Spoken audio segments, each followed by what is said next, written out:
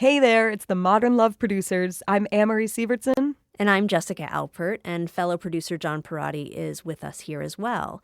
And as many of you know, this week's episode, which featured Emmy Rossum reading Emma Court's essay, A Millennial's Guide to Kissing, is about a relationship that takes place on an airplane. And in conjunction with that essay, we wanted to hear some of your stories about interesting places where you met your significant other. And we got so many great ones, we've compiled some of them into this bonus episode for you. Hi, my name is Okello, and I met my wife, Irina, via Craigslist. I posted an ad shortly before Christmas, and New Year's Eve she responded. His ad stated that he had the looks, the brains, and the charisma. So I responded back to it, and I said, hey, looks like we're a match, because guess what? I've got the looks, the brains, and the charisma as well.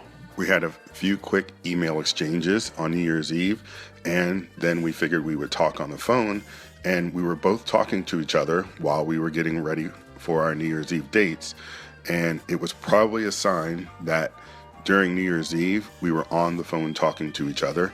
She told me that she was trying to get away from her date. And I told her, I said, hey, why don't we start the new year off right? And let's have a date tomorrow, which was January 1st, 2008. He actually quite surprised me. He invited me over to his place, and he said he's going to cook dinner for us. And we had a great time. We had an absolutely great time, and we had a connection. And we've been together ever since. We got married on July 1st of 2008. And fast forward over 8 years, 2016, we are still married, very happily, with now 2 beautiful children. And we are living an amazingly fun, happy life together. Thank you for listening to the abridged version of our story.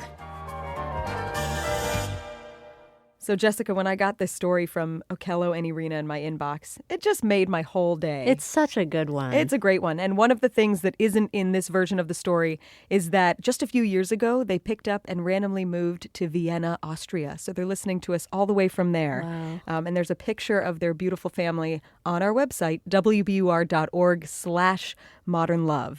And all of this makes me think, Jessica, that we all have a story like this, either our parents, our grandparents, maybe our own story. You have to have one in your family, don't you? I do.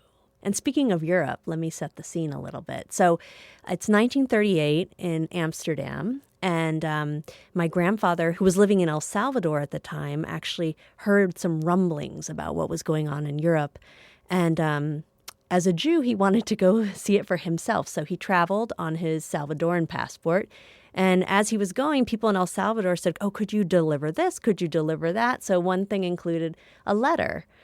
So he went and knocked on the door of this home in Amsterdam, and my grandmother answered the door. And they ended up spending 2 weeks together. And at the end of the 2 weeks, he said, will you marry me? And I will send for you. Right to business. Right to business.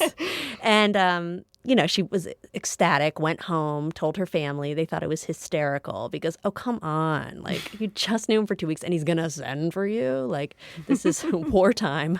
Well, he went to Germany, visited his family, managed to get out, went back to El Salvador, and sure enough, he got my grandmother a visa and got her out of Europe in 1938. And she told me, not only did I love your grandfather, but he saved my life. Wow.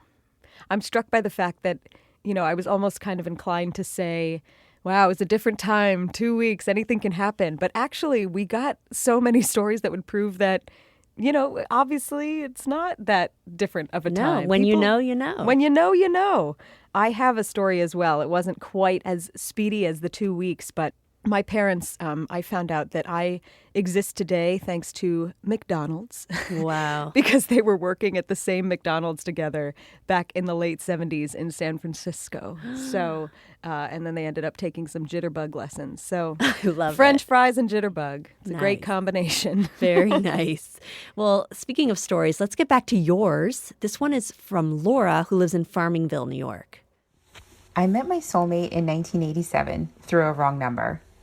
My girlfriend and I were horsing around, and we decided to call someone whose number we didn't know.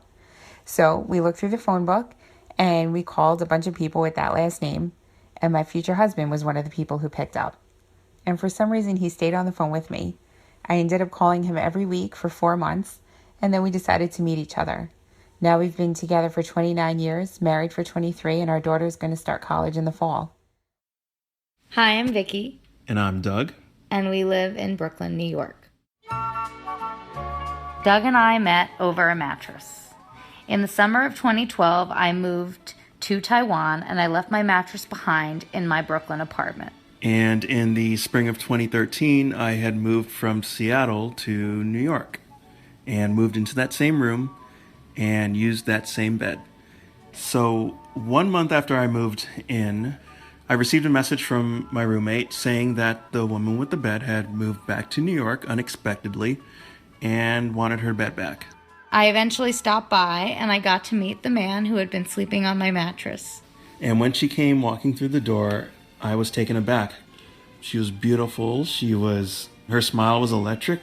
I also was instantly struck by Doug's good looks. And we've been together ever since. We're coming up on 6 months of marriage. That's right. Which is 2 years to the day of our first date. Yeah.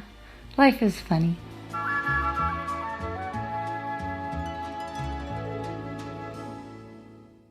My name is Heather Stoller, and I am from King of Prussia, Pennsylvania. I met my husband through his ex-girlfriend. It's not what you think. Her best friend actually worked for the same organization that I was working for, and he attended a lot of the events that we had through the organization.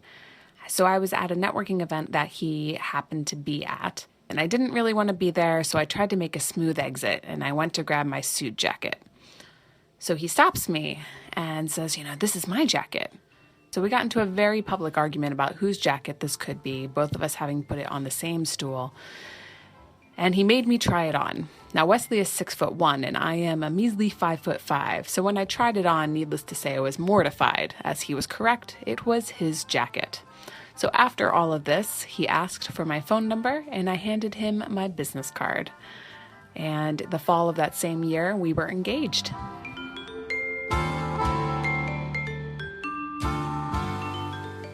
It makes it sound so easy, doesn't it, Jess? You just know. pick up the wrong coat, get a husband. That's it, folks. So thank you for all of these. It is such a joy to receive them, to read them, to hear your recordings of them. You can see them all on the Worldwide Modern Love map that we've created. It's on our website, wbur.org/modernlove. And this map also shows how wide this audience is from all over the place. Yeah, from Canada to we just got a couple from Taiwan this round, so please keep them coming. We love it.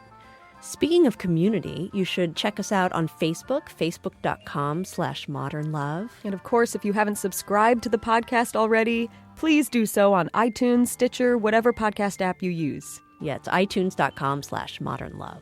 Thank you so much for listening. Thank you.